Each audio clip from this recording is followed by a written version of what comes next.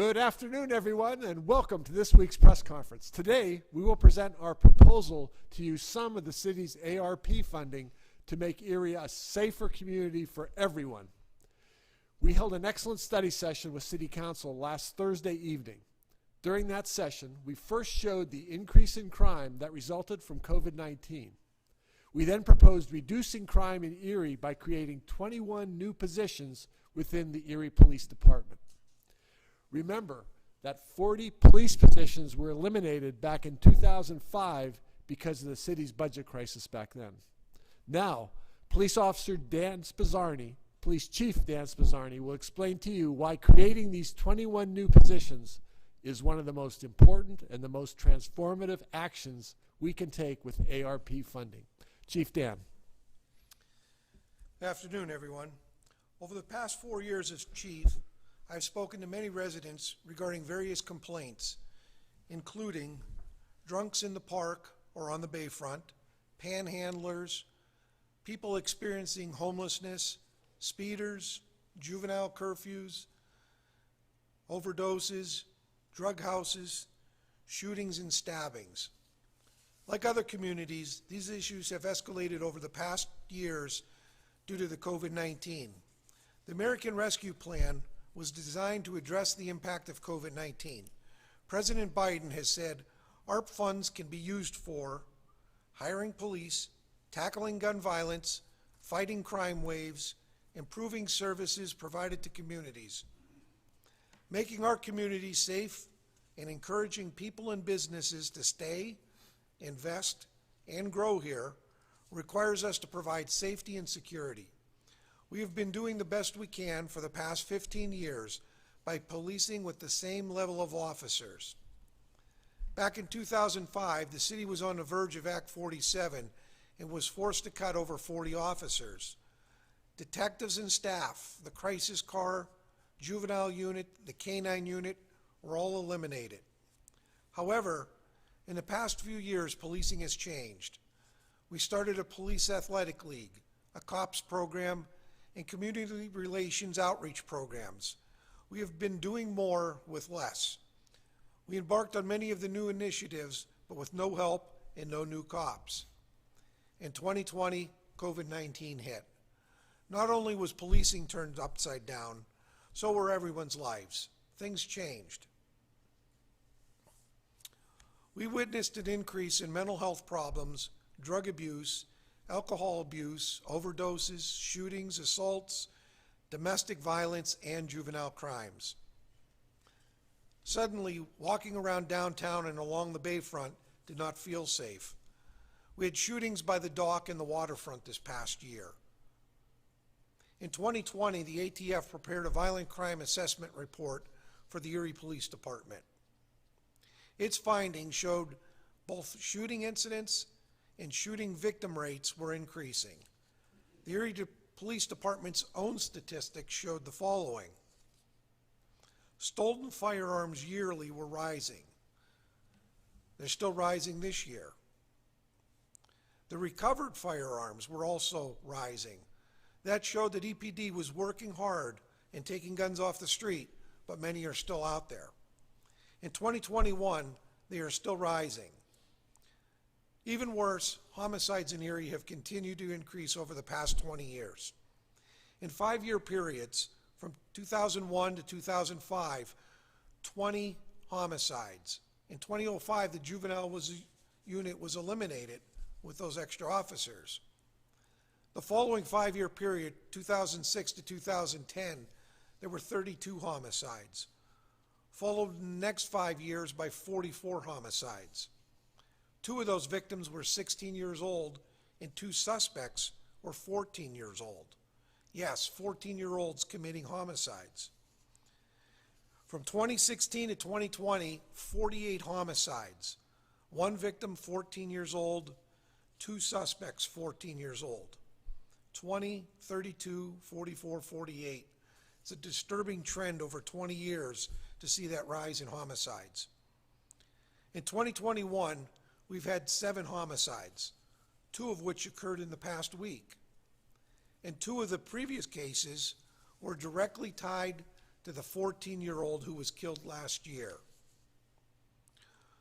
Now, we've been working Operation Four Nations since 2018, when a series of major crimes occurred, including 3 homicides, multiple robberies, home invasions, and burglaries.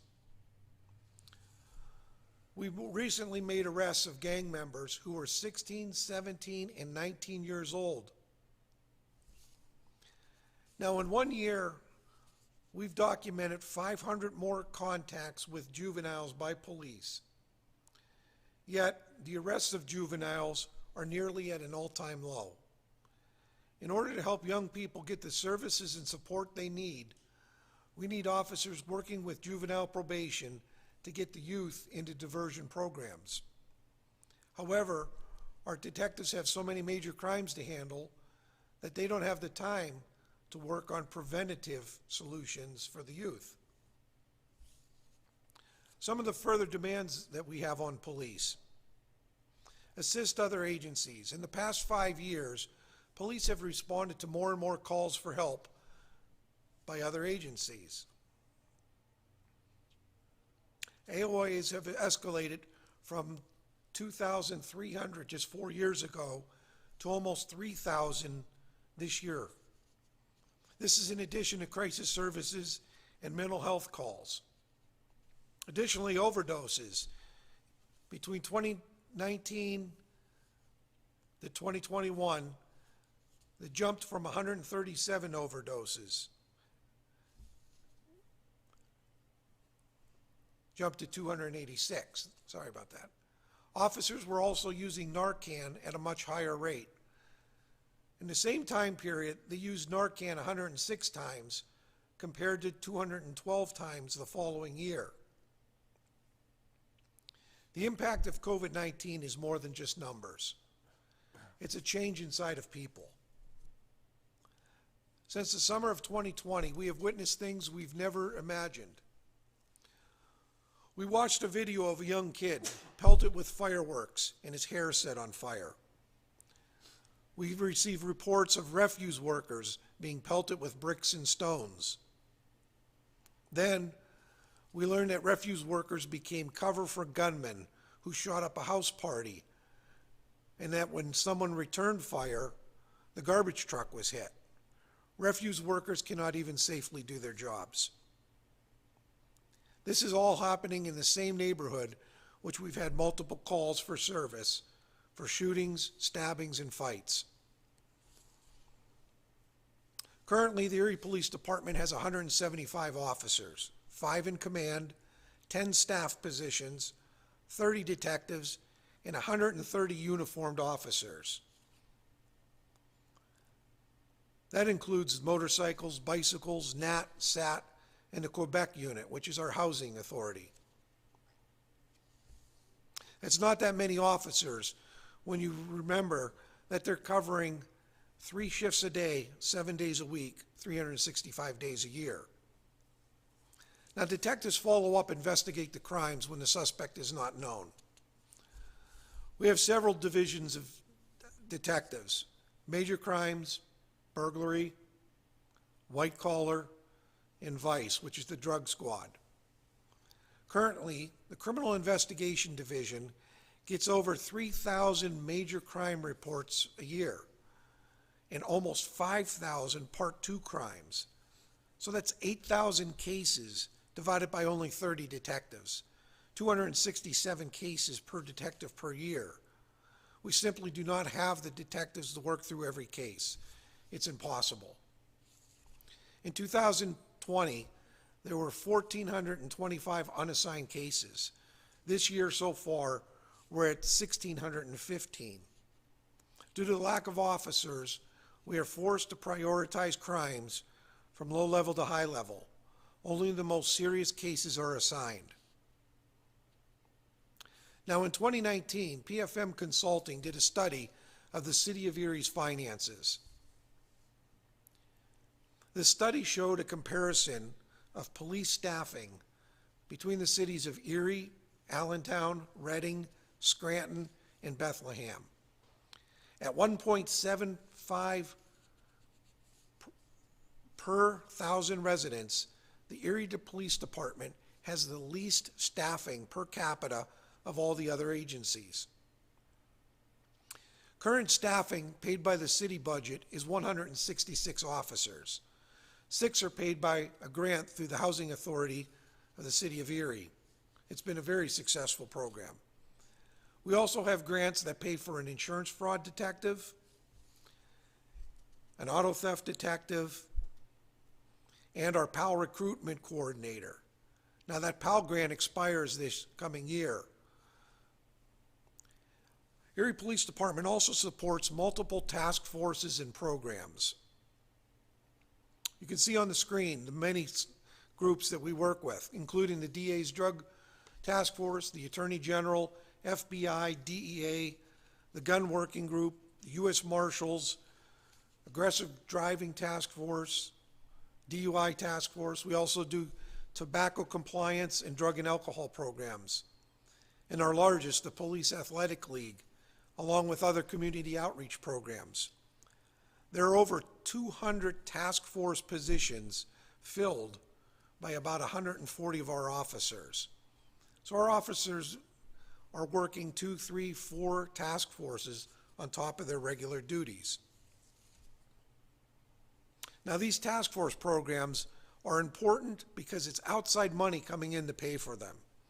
As of this October 31st, we have already brought in grants to pay for over $360,000 in overtime, over $509,000 for salary and benefits for the insurance fraud, auto theft, the PAL, and the civilian analyst. Also, another $509,000 we brought in for equipment. That totals nearly $1.4 million that we've secured from outside sources in the last 10 months. We have brought in about $5 million in the past 4 years. Also, our last police contract, which was negotiated in 2020, saw the lowest raises in over 30 years. There was also an extension of the step up in salary increments from 3 steps to 6 steps. Therefore, it's taking 6 years to get to the full pay. We've saved over $6 million by signing the 8-year contract. We've also followed many of the other PFM financial recommendations. Based on conversations with our community partners, the increase in crime since COVID-19, our comparatively low staffing, and the cost savings we have implemented, my command staff and I proposed the use of ARP funding to implement a surge strategy to help fix some of these issues. I'm now requesting 21 new officers be hired for the following assignments. 9 new officers in order to restart the crisis car. This will give us a 2-officer car 7 days a week for all 3 shifts. We will reinstitute a unit of specially trained officers to work directly with social service and mental health partners. They will respond to calls of mental health crises and transport as needed. They will work with the homeless and deal with issues in the downtown area. The specialized training is a key. Also, 6 new detectives to restart a juvenile unit. Restarting a unit of specially trained juvenile detectives to work directly with the juvenile justice system. They will work with the school police and juvenile probation in order to divert the minor crimes to diversion-type programs. Detectives will assist with other major crimes as needed. We realize that having no juvenile detectives for the past 15 years has created a generation of juvenile offenders whose minor infractions did not get addressed and is now responsible for the upward trend in shootings and gang activity. Lastly, 6 new officers for capacity building. 4 new officers will fill vacancies in the neighborhood action team. They work the high crime, nighttime hours, and they concentrate on gun and gang violence, along with addressing complaints of drug activity.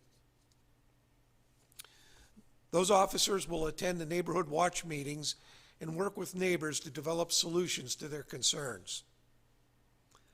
An additional 2 officers will fill in the street duties of the PAL and COP program supervisors. That'll free up the supervisors to continue their work on building and expanding these important community programs. President Obama had signed the American Recovery Act back in 2009. It allocated $1 billion to fund local police. After the first year, crime in Erie dropped 27%. Police staffing levels that were 3.2% higher had crime levels 3.5% lower, it was reported. Also in a study, every dollar spent on extra policing generates about $1.63 in social benefits. Here's how the money proposal will break down the $14 million needed. You can see it on the slide. By hiring up to 21 new officers to backfill patrol, we can create these units with existing officers who will receive the specialized training. We believe we can make a positive impact, grow and develop our community policing initiatives, provide an opportunity to bring 8 people of color and women into the department based on the current hiring list. We believe we can reduce crime and prevent those who commit minor crimes from escalating to major crimes. We'll connect with our residents and the services and resources they need. We'll divert our youth into programs that will keep them out of jail and put them on a productive pathway. Thank you. I'll turn it back over to you, Mayor. Thank you very much, Chief. I really appreciate it. That was a great report. This isn't in my script, but I happen to notice that next to you, you have a beard coming in here, so maybe I'm going to have to start thinking about doing that too. I've witnessed with my eyes the difference that is being made.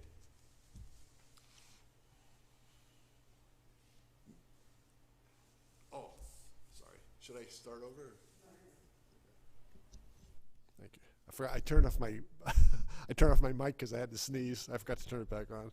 So, anyway, I have witnessed with my eyes the difference that is being made by many community policy initiatives. That includes the COP program, which is good to see Tom Lennox here, the police athletic leagues, the gun reduction strategy call-in program, which was re-implemented very successfully last week and is run by Unified Erie and the Erie Police Department. These programs are all designed to lift up our youth and prevent crime from occurring. We do this by showing them that they bring value to our community and that we care for them by providing the services they need to build a safer, better life. I believe that hiring additional officers is one of the most important things that we can fund right now. We have worked on this with our community partners in the East Bayfront, Snoops, the West Bayfront, Fairmont McClelland, Academy Marvintown, Trinity, Little Italy, Downtown, and the Bayfront. They all agree with this approach. In order to realize our vision of Erie as a community of choice with welcoming, vibrant neighborhoods and a world-class downtown and Bayfront, we must ensure that everyone in Erie is safe. Members of my team have also been meeting with representatives from the Erie County Department of Human Services, from Erie County Coordinated Entry, which is also the 814-shelter, the Erie Community Foundation, the Erie Downtown Partnership, the UPMC, Western Behavioral Health at Safe Harbor. They have all helped us by identifying gaps and discussing how to meet the existing needs and to develop solutions.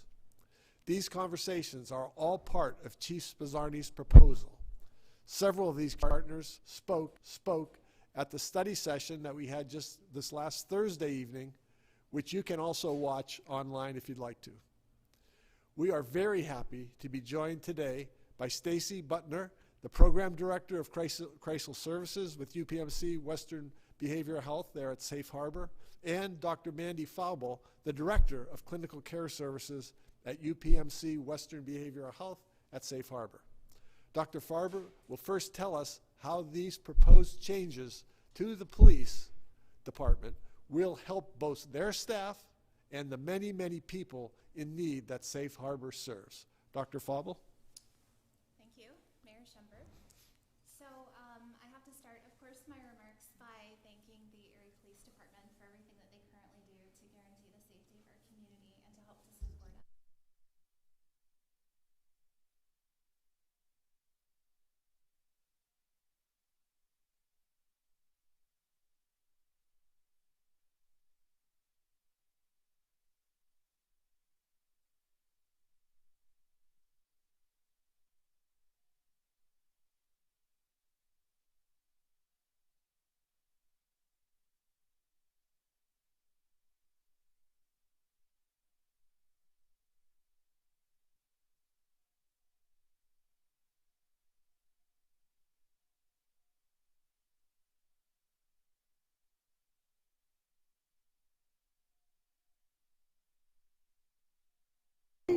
If we work together to make that happen.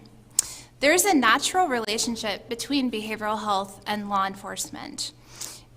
We cultivate a mutual goal of safety and well-being for residents in our communities. We do it in different ways, but we do it in very, very compatible ways. Partnerships that reinforce de-escalation and specialized response are safer. Interactions that are guided with specialized knowledge and trainings are safer. They're safer for law enforcement, they're safer for the community at large, and they're safer for vulnerable communities, particularly those impacted by mental illness, substance use disorder, intellectual disability, or communication barriers. Aside from these clear safety benefits, these partnerships create opportunities to divert people from the criminal justice system. Diversion's very important. Individuals interfacing with the police due to mental illness, substance use, homelessness, or other social service need are best served in treatment. They're best served in community settings. Treatment works, and we should be deploying every opportunity to promote treatment over criminal justice solutions. Through the specialized training and teaming of crisis and juvenile units, we build additional skills, such as motivational interviewing, recognition of mental health concerns, and awareness of appropriate local resources. Beyond this, the relationships and community presence improve material collaboration to get the right resources at the right time. By providing police officers with adequate resources that are matched to the actual day-to-day demands of their jobs, we recognize that a police officer's job is diverse and must meet specialized and specific needs of their local communities, and we need to do more to support the resources that are needed to do that. I'm very pleased to support this effort and grateful for the ongoing work of the Erie Police Department to meet the needs of those most vulnerable in our communities. And again, thank you, Mayor Schember, for the opportunity to speak in support of this initiative, and thank you to Chief Spizzarni for putting the initiative together, and again, for your team in doing all that they do for our community. Thank you, and I'll give Stacy a chance if you'd like to say a few words. Well, good afternoon, and I am the Program Director of Crisis Services here in Erie County, and just wanted to further elaborate on what Dr. Faubel was sharing. We work very closely with the police department, and just to share a little bit of what we're experiencing in our community. Our crisis center currently answers or makes outgoing calls, about 2,000 per month on average. We also have about over 300 face-to-face contacts with individuals that, again, happen per month. For the police triages, we have where we're being requested on scene with the police officers. We actually have about 55 of those that are happening each month, and that actually doesn't reflect the times that we are actually reaching out to them for their assistance. Some of which is actually serving of the involuntary examinations at the hospital for individuals to speak with a psychiatrist to determine if they need a higher level of care, such as inpatient treatment. And again, we're working with them and coordinating for about 54 of those meetings per month. So definitely the need is there, and the coordination that we have with the police department, with Erie Police Department specifically as well, at times of being able to do some outreaches to offer services to individuals in our community. If there should ever be times where there is a potential for aggression or weapons that may be on scene, we do need officers who have the specialized training to be able to provide that support and collaborate with our staff. Some of the benefits, I was not a part of the initial crisis vehicles, but some of my members of my team actually have been, and just as Dr. Fauble had really shared, they just spoke very highly of the coordination, the ability to work together as a team, and the building of rapport that they had with people in our community. We often work with the police in times of helping somebody who might have acute mental behavioral health needs. And really what we notice is also just being able to promptly respond can really lead to de-escalation of situations and diverting from higher levels of care, which is really the goal.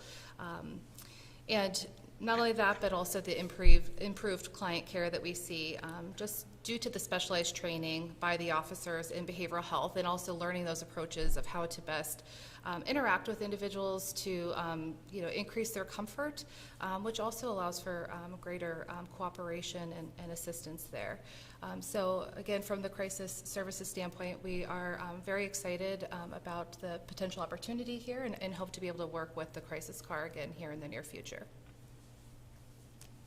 Thank you very much, Stacy and Mandy and Dr. Fauble. I really enjoyed the years I spent on your board before I became mayor. I learned a lot and saw the great work that you do there as well.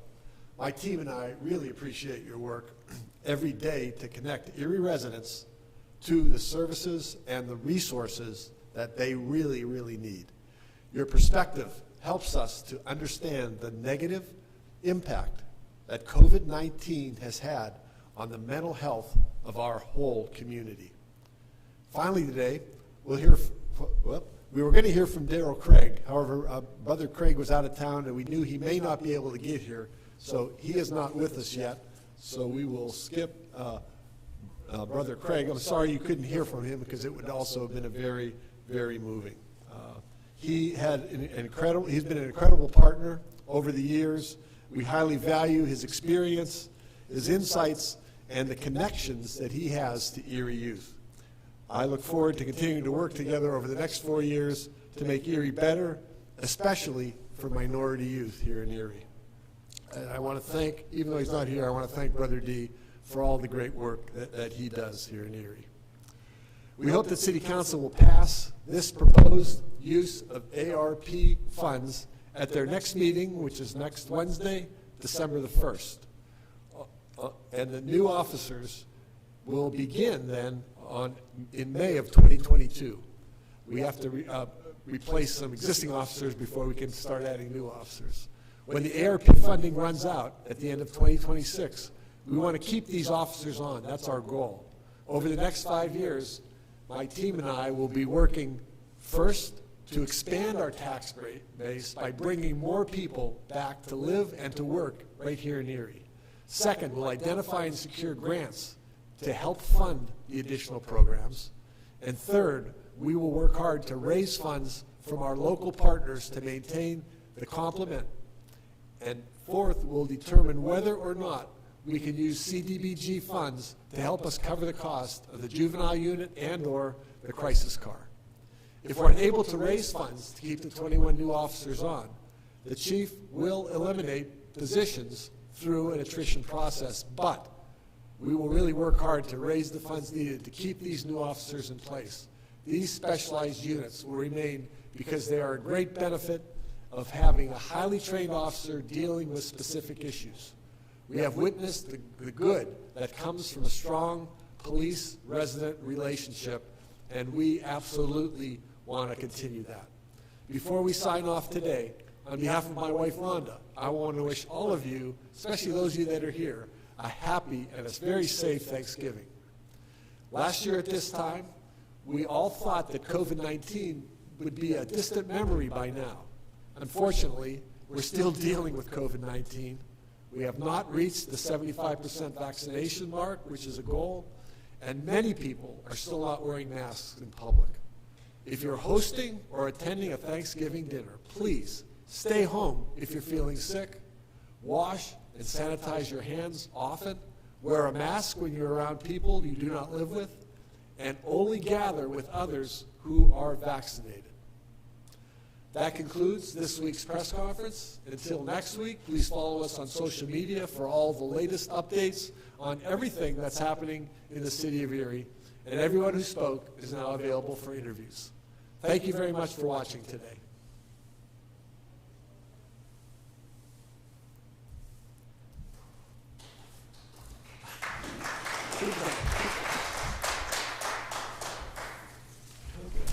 There's no one to interview, so Okay, now what do we do? Do we turn this off? I guess, yeah. Do we touch this? Okay.